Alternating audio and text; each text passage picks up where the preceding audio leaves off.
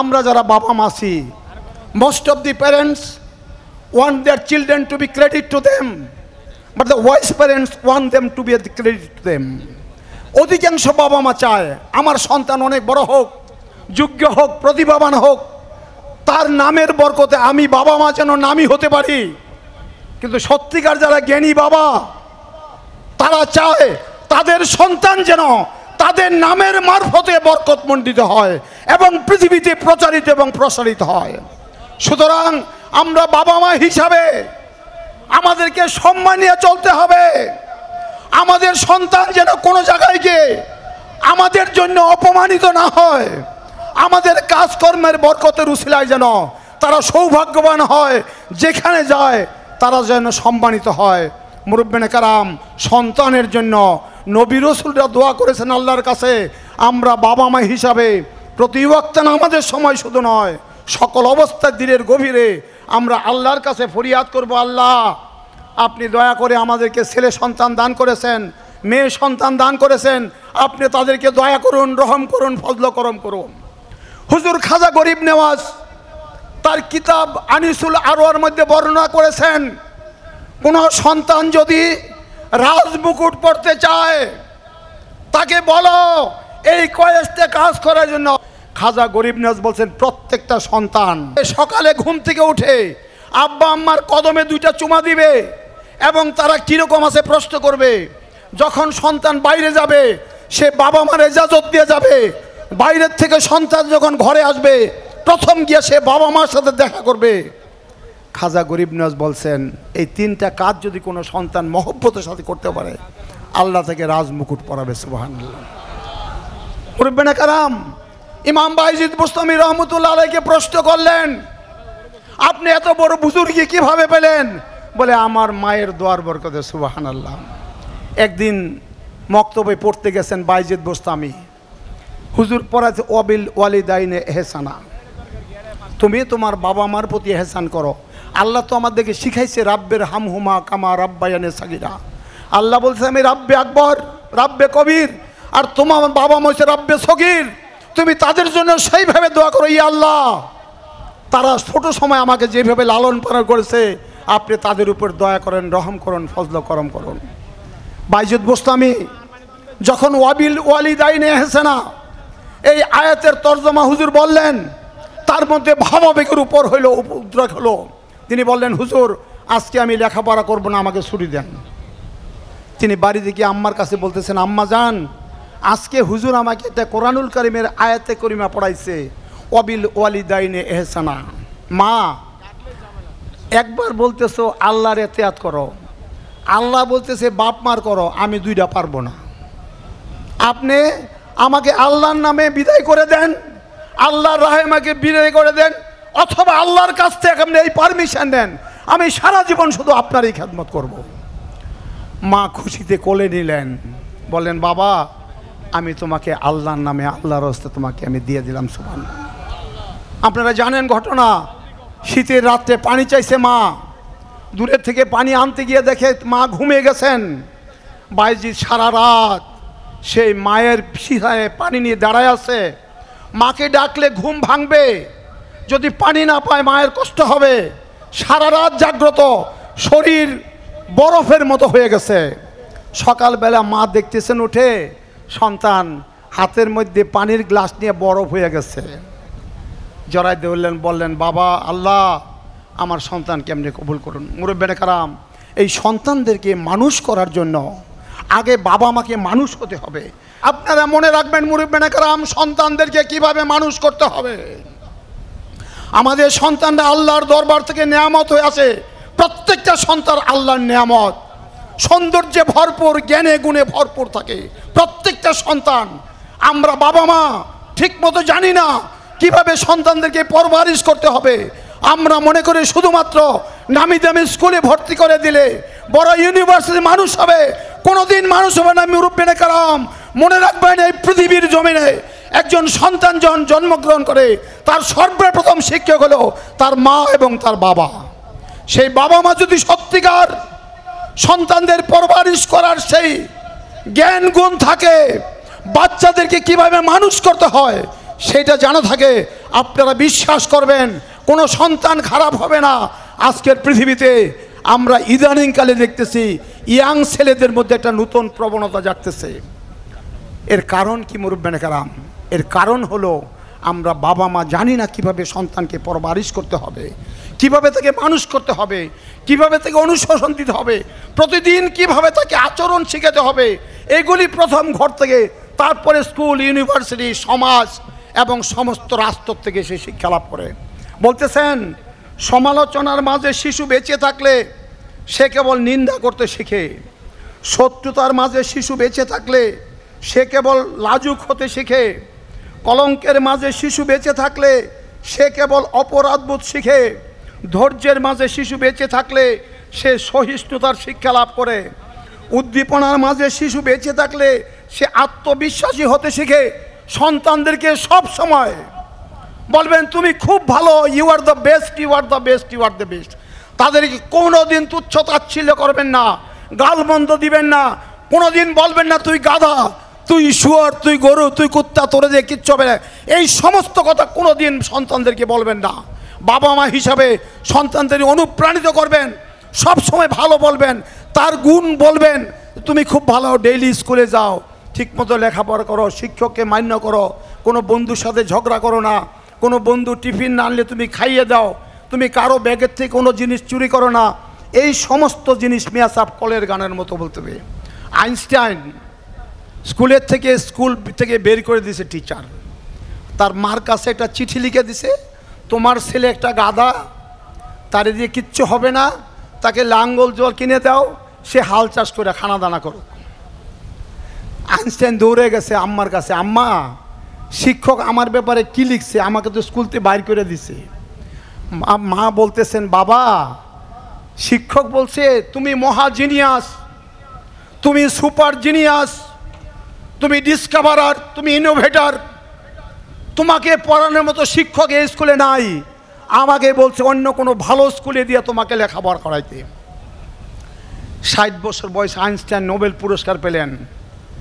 একদিন পুরানা কাগজপত্র খুঁজতে গিয়ে শিক্ষকের সেই চিঠি পড়ল।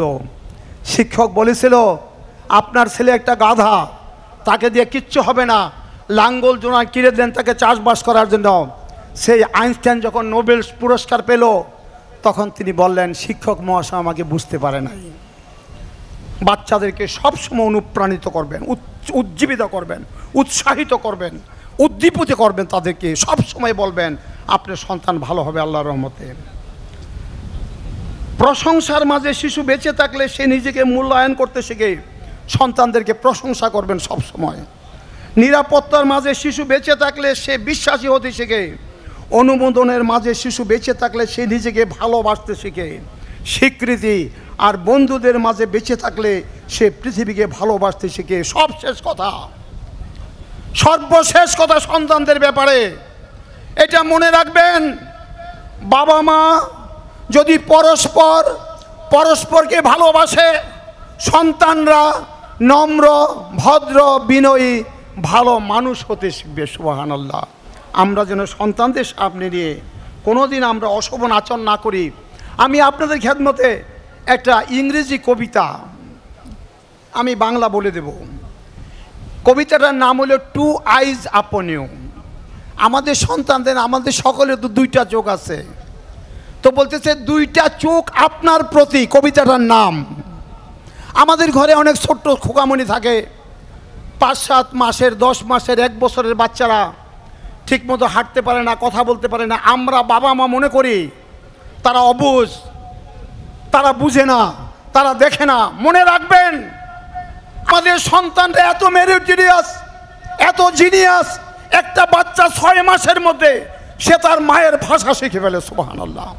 এবং সে বাবা যা করে তাই করতে চেষ্টা করে, তার মা যা করে সেটা করতে চেষ্টা করে। বাবা যেই ভঙ্গিতে কথা বলে, যেই সুরে কথা বলে, সন্তান সেই সুরে কথা বলতে চেষ্টা করে। আমাদের বাচ্চারা কিন্তু অনেক জিনিয়াস, এইটা আমাদের সকলের মনে রাখতে হবে।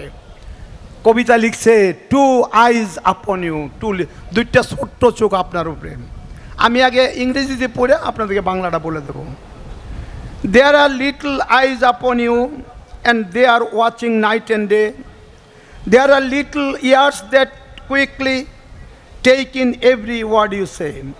There are little hands all eager to do anything you do, and a little boy who is dreaming of the day he will be like you. You are the little fellow's idol. You are the wisest of the wise.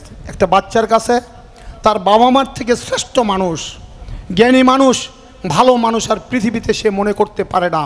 সুতরাং তুমি যা করো, তুমি যা বলো, তোমার সন্তান সেইটাই বলতে চেষ্টা করে, সেইটাই করতে চেষ্টা করে, এবং তুমি যেইভাবে কথা বলো সেইভাবে চেষ্টা করে। তার মনের গভীরে স্বপ্ন থাকে, আমি কিভাবে একদিন আমার বাবার মতো হব। In his little mind about you, no suspicions ever rise. He believes in you devotedly, holds all that you say and do. He will say and do in your way when he is grown up like you.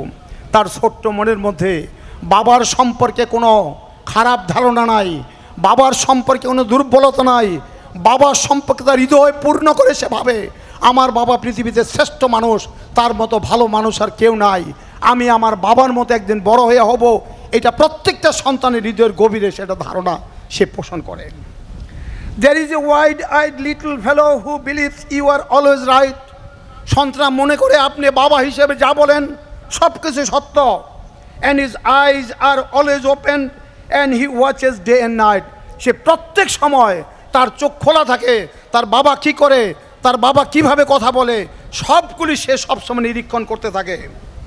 You are setting an example every day. প্রতিদিন আপনার ঘরের মধ্যে একটা আদর্শ প্রতিষ্ঠা করতেছেন আপনার সন্তানের সামনে, আপনার পরিবার পরিজনের সাথে। For the little boy who is always to grow up to be like you. প্রতিদিন সন্তান কিভাবে আপনার ঘরে আপনার মতো বড় হবে, মানুষ হবে।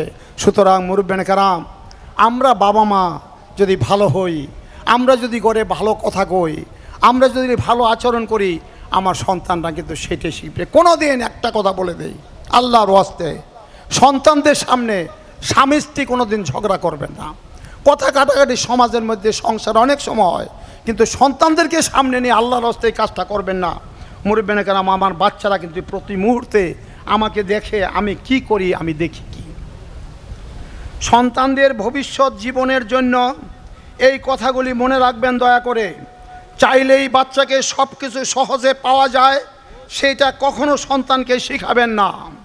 পৃথিবী কঠিন, চাওয়া মাত্র কোনো জিনিস পাওয়া যায় না, এটা তাকে বুঝতে দিবেন। মাঝে মধ্যে আপনার সন্তানকে দিয়ে ঘরের কাজ করাবেন, অফিসে নিয়ে যাবেন, ফ্যাক্টরিতে নিয়ে যাবেন, তাকে কাজ দিবেন, ছোট্ট ছোট্ট কাজ দিবেন এবং তাদেরকে পারিশ্রম দিবেন। মনে রাখবেন, একটা সন্তান যখন টাকা কামাই করবে সেই টাকা খরচ করতে সে হিসাব করবে, যথাযথা খরচ করবে না। আমরা তো আল্লাহর রহমতে আমাদের পিএসপি ফ্যামিলিতে এটা আমাদের কালচার। বাচ্চারা 4 বছর বয়স থেকে তাদেরকে আমরা স্কুলের ছুটিতে অফিসে, আদালতে, ফ্যাক্টরিতে নিয়ে যাই।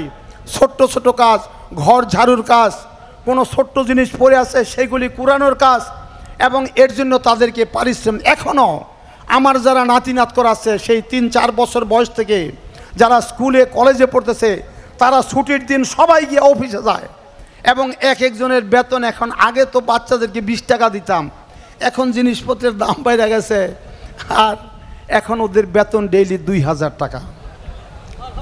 কিন্তু তারা আল্লাহর রহমতে এই টাকা নষ্ট করে না, তারা ব্যাংকে জমা রাখে। তাদেরকে বার্থডেতে আমরা কোনো জিনিস কিনে দেই না, তাদেরকে নগদ টাকা দেই, সেই টাকা সে ব্যাংকে জমা করলে সেই টাকা বাড়ে। মনে রাখবেন, সন্তানদেরকে বাল্যকাল থেকে যদি আপনি ব্যবসা বাণিজ্যের দিকে, প্রফেশনের দিকে আপনি ধাবিত করতে পারেন, আপনার সন্তানরা কোনো দিন খারাপ যায় না, খারাপ কাজ করার সময় পাবে না, তারা যখনই ছুটি পাবে ভালো কাজ করবে। আর একটা শিশু যখন তার নিজের পারিশ্রমিক টাকা পাবে তখন সে কষ্ট অর্জিত টাকা খরচ করতে বিষয়ে অনেকভাবে সচেতন থাকবে। বাড়িতে যথেষ্ট খেলনা থাকা সত্ত্বেও সে যদি আরও খেলনার জন্য জিদ ধরে তবে মনে রাখবেন সেটা বিলাসিতা। বাচ্চাদের মন থেকে বিলাসিতা অতি বাল্যকাল থেকে সরাই দিতে হবে। ছোটোবেলা থেকে সন্তানকে বিলাসিতার নীতিবাচক দিকগুলি বোঝাতে চেষ্টা করবেন। বিলাস দ্রব্যের মধ্যে জীবনের সুখ শান্তি নাই, সেজন্য এটা ছোটোকালে বুঝতে পারে, ছোটোকাল থেকে সেজন্য অভ্যস্ত হয়ে যায়। আপনি যদি সন্তানকে সঞ্চয়ী বানাইতে চান, একটা কথা বাবা মাকে মনে রাখতে হবে, সন্তানরা অযথা যেন টাকা খরচ না করে। মিয়া সাহেব, আমরা পৃথিবী যে মধু খাই, এই মধুবল্লা যদি সমস্ত ফুলের রস নিজে খেত, তাহলে কি পৃথিবীর মানুষ আমরা মধু খেতে পারতাম? এই মধুকে আল্লাহ তাআলা কোরআন শরীফে বর্ণনা করছে। মধুর অনেক উপকার আছে।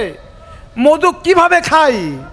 মধুবল্লা ফুলের রস খেয়ে মধু তৈরি হলে সব সে নিজে খায় না, নিজে কিছু খায়, সে অপরের জন্য কিছু জমা রাখে। এই অভ্যাস সন্তানদেরকে ছোট সময় থেকে দিতে চেষ্টা করবেন। আর আপনি নিজে সঞ্চয় না করে বেহুদা খরচ করে যদি সন্তানকে বলেন সঞ্চয় করো, সে কোনো দিন বলবে না। এই যে একটু আগে আমি কবিতা বললাম, আপনি যা করবেন আপনার সন্তান সেটাই করবে। আল্লাহ আমাদেরকে তৌফিক দান করুন।